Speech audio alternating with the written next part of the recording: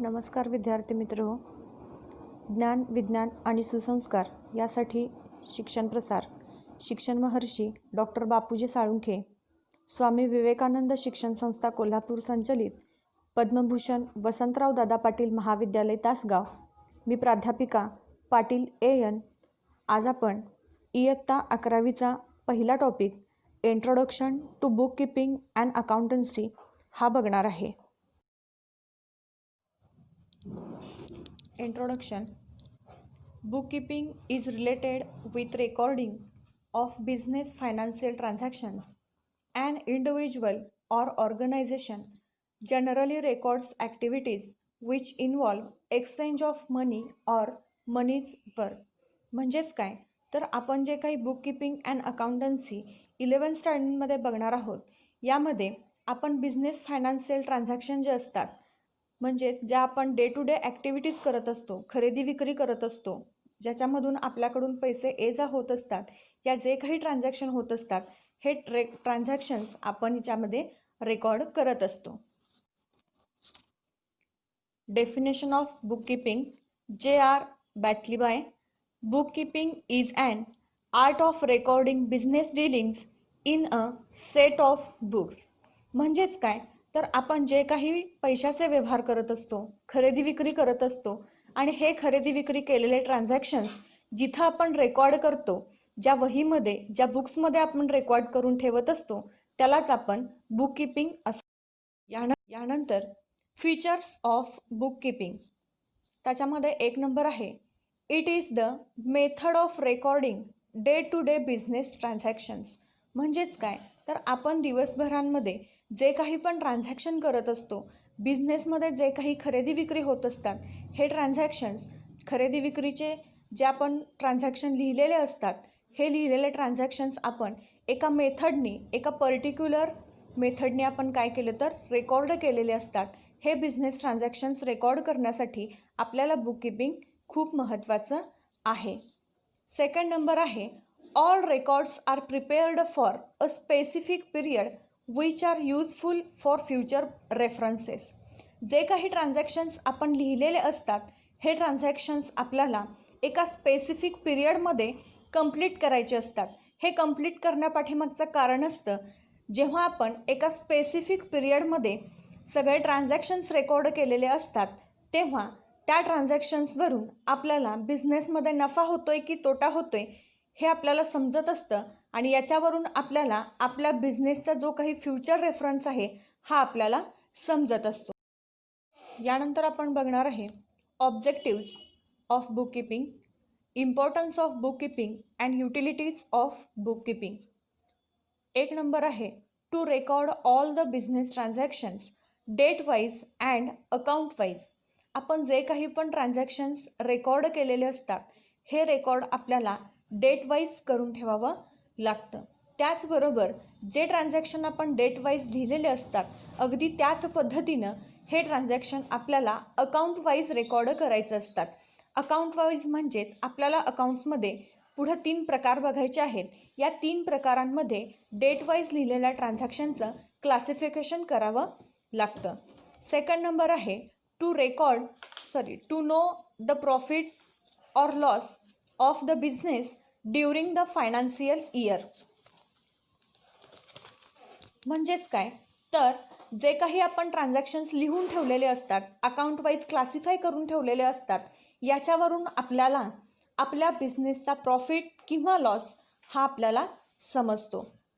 त्यानंतर आहे, to know the total assets and liabilities of a business enterprises. आपल्या बिझनेसमध्ये चालू मालमत्ता किती आहे आणि चालू देणी किती आहेत, हे सुद्धा आपल्याला या बुक कीपिंगच्या ट्रान्झॅक्शन्सवरून, रेकॉर्डवरून आपल्याला हे लक्षात येतं. To know the amount due to business from debtors and the amount due to creditors from business. म्हणजेच काय तर बिझनेसमध्ये जे काही आपण अमाऊंटची देवाणघेवाण करत असतो, पैशांची देवाणघेवाण करत असतो, यामध्ये आपण जे काही सावकारांकडून पैसे घेतलेले असतात किंवा कर्ज घेतलेले असतं, हे किती कर्ज आहे किंवा आपण कुणाचं किती देणं लागतो, आपल्याकडून कुणाचं किती येणं आहे, हे आपल्याला या ट्रान्झॅक्शनच्या रेकॉर्डवरून समजतं. नेक्स्ट आहे, to prevent and minimise the accounting errors and frauds. याच्यामध्ये काय होतं तर जे काही आपण day to day transactions record करून ठेवलेले असतात, अकाउंट वाईज क्लासिफाईड करून ठेवलेले असतात, यामुळे आपल्या अकाउंटिंगमधल्या ज्या काही चुका असतात, जे काही फ्रॉड होण्याची शक्यता असते, डाटा करप्ट होण्याचा ज्या काही चान्सेस असतात, हे आपल्याला प्रतिबंध करता येतात किंवा ते कमीत कमी चुका व्हाव्यात यासाठी आपण काळजी घेऊ शकतो. यानंतर आपण टाईप्स ऑफ ट्रान्झॅक्शन्स बघणार आहोत. ट्रान्झॅक्शन्समध्ये आपण दोन प्रकारचे ट्रान्झॅक्शन बघणार. त्याच्यामध्ये एक नंबर आहे तो म्हणजे monetary transactions and second one is non monetary transactions. Monetary ट्रान्झॅक्शनमध्ये पुन्हा आपण दोन प्रकार बघतोय. त्याच्यामध्ये एक आहे तो कॅश ट्रान्झॅक्शन आणि दुसरा आहे तो credit transaction. And non monetary ट्रान्झॅक्शनमध्ये एकच प्रकार आहे तो म्हणजे बार्टर ट्रान्झॅक्शन. आता कॅश ट्रान्झॅक्शन आणि क्रेडिट ट्रान्झॅक्शन म्हणजे जे आपण पैसे रोखीने व्यवहार करत असतो तो म्हणजे कॅश ट्रान्झॅक्शन आणि जे उधारीने व्यवहार करतो ते म्हणजे credit transactions. Next, important terms and concepts. एक नंबर आहे monetary transactions. A transactions in which exchange of money or money's worth directly or indirectly involved is known as monetary transactions. म्हणजे काय तर आपण जे काही पैशांचे व्यवहार करत असतो हे आपण डायरेक्ट किंवा इनडायरेक्टरित्या करत असतो. काही पैशांचे व्यवहार हे रोखीने केलेले असतात आणि काही व्यवहार हे बँके थ्रू म्हणजेच इनडायरेक्टली केलेले असतात. असे जे काही रेकॉर्डेड असतात, जे काही ट्रान्झॅक्शन्स असतात, याला आपण मॉनिटरी ट्रान्झॅक्शन्स असे म्हणतो. Second, non monetary transactions. A transactions which goods and services are directly exchanged for other goods and services without exchange of money is known as non-monetary transactions. म्हणजे काय तर आपण जे ट्रान्झॅक्शन करत असतो यामध्ये जे काही आपण गुड्स अँड सर्व्हिसेस एक्सचेंज करत असतो, एकमेकांना देत असतो, त्याच्या बदल्यामध्ये आपण त्यांच्याकडून सुद्धा गुड्स आणि सर्व्हिसेसच घेत असतो. इथं पैशांचे किंवा उधारीचे व्यवहार केले जात नाहीत. याला आपण नॉन मॉनिटरी ट्रान्झॅक्शन्स असे म्हणणार. Next, entry. Entry means recording the business transaction in the books of account. जे काही आपण ट्रान्झॅक्शन्स रेकॉर्ड करून ठेवलेले असतात, जे आपण व्यवहार केलेले लिहून ठेवलेले असतात, हे ट्रान्झॅक्शन्स एका पर्टिक्युलर वहीमध्ये लिहिलेले असतात, त्याला आपण एंट्री असं म्हणतो. Next, narration. When an entry is passed, it is to be followed by an explanation of the entry made is called a narration. म्हणजे काय तर आपण जे ट्रान्झॅक्शन लिहून ठेवलेलं असतं, जो व्यवहार केलेला लिहून ठेवलेला असतो, याचं ब्रीफ एक्सप्लेनेशन म्हणजे त्या ट्रान्झॅक्शनची थोडक्यात माहिती लिहिणं म्हणजेच narration. Next, goods. The term goods refers to commodities, articles or merchandise or things in which a traders trades. म्हणजे काय तर आपण ज्या काही कमॉडिटीज असतात, ज्या काही वस्तू असतात, ज्या आर्टिकल्स असतात, जे मर्कंटाईज आपण खरेदी विक्री करत असतो, ते कोणत्या स्वरूपामध्ये आपण खरेदी करतो, एखाद्या ट्रेडर करून ते खरेदी केलेले असतात, याला आपण गुड्स असं म्हणतो. Next, debtors. Debtors is a person to whom firm has sold goods and services on credit in ordinary course of business. म्हणजे आपण जे काही पण गुड्स आणि सर्व्हिसेस क्रेडिटमधून घेतलेले असतात, उधारीमधून घेतलेले असतात, त्याला आपण डेटर्स असं म्हणतो. जी व्यक्ती आपल्याला उधारामध्ये गुड्स आणि सर्व्हिसेस देत असते ती व्यक्ती म्हणजे debtors. Next, creditors. Creditors is a person from whom an enterprise purchases goods or services on credit. म्हणजे काय तर अशी व्यक्ती जी सप्लायर असते, फर्म करून गुड्स आणि सर्व्हिसेस परचेस करत असते, पण ती क्रेडिटमध्ये खरेदी केलेली असते. नेक्स्ट आहे capital. The amount invested by the owner into the business is called as capital. म्हणजे आपण जेव्हा एखाद्या कंपनीचं, एखाद्या बिझनेस ऑर्गनायझेशनची ओपनिंग करत असतो तेव्हा आपण जे पैसे इन्व्हेस्ट केलेले असतात, जे पैसे गुंतवलेले असतात त्याला आपण कॅपिटल म्हणजेच भांडवल असं म्हणतो. Next, income. The amount receivable or realized from services provided and earnings from interest, dividend, commission, etc. is called income. Income म्हणजे काय, तर आपण जे काही पण पैसे अर्न करतो, जे पैसे आपल्याला मिळतात म्हणजे ते आपलं इन्कम असतं. जेव्हा आपण सर्व्हिसेस प्रोव्हाइड केलेले असतात तेव्हा आपल्याला ते पैसे आपल्या जवळ येतात, म्हणजेच ते आपण अर्न करत असतो, त्याला आपण इन्कम असं म्हणतो. त्याच्यासाठी एक्झाम्पल दिलेले आहेत. इंटरेस्ट किंवा डिव्हिडंड और कमिशन म्हणजे काय, इंटरेस्ट रिसिव्ड म्हणजे आपण एखाद्याला व्याजानं पैसे दिले तर जे आपण व्याज परत मिळवतो ते आपलं इन्कम असतं, याला आपण इन्कम असं म्हणत असतो. Next, revenue. Revenue is an income that earned by business from its normal business activities, usually from sale of goods and services to the customers. म्हणजे काय, तर आपण बिझनेसमधून ज्या काही नॉर्मल बिझनेस ॲक्टिव्हिटी करतो, म्हणजेच आपण जे सेल ऑफ गुड्स करतो किंवा परचेस करत असतो, सर्व्हिसेस प्रोव्हाइड करत असतो, कस्टमर्सना आपण ज्या काही सर्व्हिसेस देत असतो, याच्यासाठी आपण जे काही खर्च करतो, जे काही इन्कम मिळवतो त्यालाच आपण रेव्हेन्यू असं म्हणणार. नेक्स्ट आहे assets.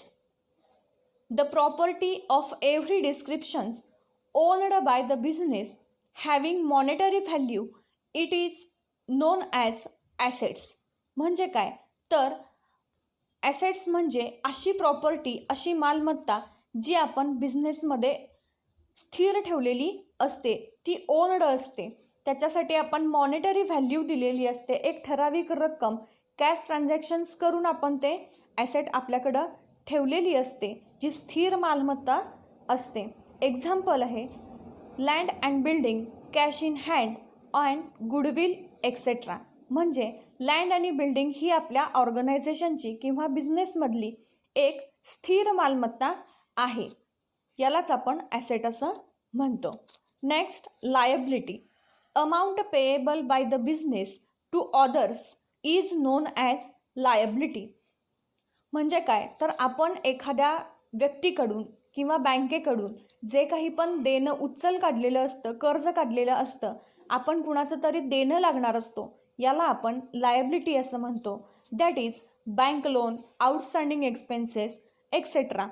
जेव्हा आपण बँकेकडून कर्ज काढलेलं असतं तेव्हा आपण त्या बँकेचं लोन परतफेड करणं गरजेचं असतं, म्हणजेच ही आपली लायबिलिटी आहे. आपल्याप्रती हे देणं हे एक कर्तव्य आहे, यालाच आपण लायबिलिटी असं म्हणतो.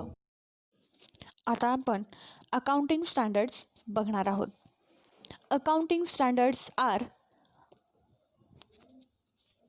written policy documents issued by the expert accounting body or by government covering the aspects of recognition, measurement, treatment and presentation of accounting transactions and events in the financial statement. म्हणजे काय, accounting standard ही एक return policy document आहे जे अकाउंटिंगचे expert body किंवा government प्रसिद्ध करत असते. याच्यामध्ये आपल्याला मान्यता किंवा मापन, सादरीकरण या अकाउंटिंग ट्रान्झॅक्शन्सशी रिलेटेड सगळ्या गोष्टी या पॉलिसीमध्ये लिहिलेल्या असतात आणि कोणत्या प्रसंगी आपण आपल्या बिझनेसची फायनान्शियल पोझिशन, फायनान्शियल स्टेटमेंट बघू शकतो. Next, international financial reporting standards IFRS. International Financial Reporting Standards are issued by the International Accounting Standards Boards. Is a set of international accounting standards stating how particular types of transactions and other events should be reported in financial statement. म्हणजे काय, तर जे international financial reporting standards आहे हे international accounting standard boards यांच्याकडून प्रसिद्ध केलं जातं. यामध्ये इंटरनॅशनल अकाउंटिंग स्टँडर्ड यामध्ये आपल्याला आपण ट्रान्झॅक्शन कुठल्या पद्धतीने रेकॉर्ड करत असतो हे आपल्याला सांगितलेलं असतं. जे काही आपण टाईप्स ऑफ ट्रान्झॅक्शन्स पुढे बघणार आहोत याच्यासाठी गव्हर्नमेंटनी इंटरनॅशनल अकाउंटिंग स्टँडर्ड आपल्याला घालून दिलेले आहेत. Some accounting standards are as follows. AS1 disclosure of accounting policies, म्हणजे आपण जे काही बिझनेस करत असतो याच्यासाठी ज्या काही अकाउंटिंगच्या पॉलिसी असतात याचं प्रकटीकरण. AS2 व्हॅल्युएशन ऑफ इन्व्हेंटरीज, आपल्याकडे बिझनेसमध्ये जो काही स्टॉक असतो याचं व्हॅल्युएशन करण्यासाठीचा हा आपला accounting standard. AS3 cash flow statement, आपण जे काही कॅश ट्रान्झॅक्शन्स रेकॉर्ड केल्यानंतर कॅशची रिलेटेड जे स्टेटमेंट तयार करत असतो याच्याबद्दलची माहिती या AS3 मध्ये आपण लिहिलेली आहे. त्यानंतर आहे AS6 depreciation accounting. Depreciation accounting म्हणजे आपण बिझनेसमध्ये ज्या फिक्स्ड ॲसेट्स वापरतो, जी स्थिर मालमत्ता वापरत असतो, या मालमत्तेमध्ये जो काही झीज होत असते, घसारा होत असतो, यशाशी रिलेटेड हा अकाउंटिंग स्टँडर्ड तयार केलेला आहे. नेक्स्ट आहे AS8 accounting for research and development. Accounting for research and development म्हणजे आपण ज्या काही अकाउंटिंगचे स्टँडर्ड आपल्याला घालून दिलेले आहेत किंवा आपण जे काही अकाउंटिंग रेकॉर्ड करणार आहोत याच्यावरून आपल्याला रिसर्च आणि डेव्हलपमेंट करता येतं की आपण बिझनेस ट्रान्झॅक्शन जे काही रेकॉर्ड करत असतो यामध्ये जर चुका होत असतील तर त्या आपण शोधू शकतो, त्याच्यावरती आपण रिसर्च करू शकतो. त्याचबरोबर आपण आपल्या बिझनेससाठी डेव्हलपमेंटसुद्धा करू शकतो. AS9 रेव्हेन्यू रिकग्निशन, म्हणजे ज्या काही महसूलची मान्यता असते, ज्या आपण इन्कम करत असतो किंवा एक्सपेंडिचर करत असतो बिझनेसमध्ये, याच्यासाठीची मान्यता या अकाउंटिंग स्टँडर्ड 9 मध्ये आपल्याला दिलेली आहे. AS10 accounting for fixed assets. Fixed assets म्हणजे ज्या काही आपल्या स्थिर मालमत्ता असतात, या स्थिर मालमत्तेचे आपण रेकॉर्ड कसं करायचं, त्याचं अकाउंटिंग कसं करायचं याच्याशी रिलेटेड आपल्याला AS10 मध्ये माहिती दिलेली आहे. नेक्स्ट आहे AS12 अकाउंटिंग फॉर गव्हर्नमेंट. आता आपण जे काही बिझनेस चालू केलेलं असतं, हा बिझनेस गव्हर्नमेंटकडे नोंद केलेला असतो आणि ह्या गव्हर्नमेंटकडून ज्या काही अकाउंटिंग ट्रीटमेंट आपल्याला दिलेले असतात, जे रूल्स अँड रेग्युलेशन्स आपल्याला दिलेले असतात, हे सगळं आपल्याला ह्या AS12 मध्ये बघायचं आहे. नेक्स्ट आहे AS13 अकाउंटिंग फॉर इन्व्हेस्टमेंट. आपण बिझनेसमध्ये ज्या काही इन्व्हेस्टमेंट केलेल्या असतात, मग ती कॅश इन्व्हेस्टमेंट असेल किंवा इतर फिक्स्ड डिपॉझिट इन्व्हेस्टमेंट असेल, अशा ज्या काही पण इन्व्हेस्टमेंट आपण केलेल्या असतात त्याच्याशी रिलेटेड जे अकाउंटिंग असतं, जे रिलेटेड त्याच्याशी रूल्स आणि रेग्युलेशन्स आहेत, हे आपल्याला अकाउंटिंग स्टँडर्ड 13 मध्ये बघायला मिळतात. Next and last AS22 accounting for taxes on income. ठीक आहे, याच्यामध्ये आपण काय बघणार आहोत, तर जे काही टॅक्स आपण भरत असतो, इन्कम टॅक्स रिटर्न ज्याला आपण म्हणत असतो, हे जे इन्कम टॅक्स रिटर्न्स असतात, आपल्या इन्कमवरती जो काही आपण टॅक्स भरत असतो हे आपल्याला गव्हर्नमेंटला पेड करावं लागत असतं आणि याच्याशी रिलेटेड जे काही अकाउंटिंग रूल्स रेग्युलेशन्स आहेत हे आपल्याला AS22 मध्ये बघायला मिळतात.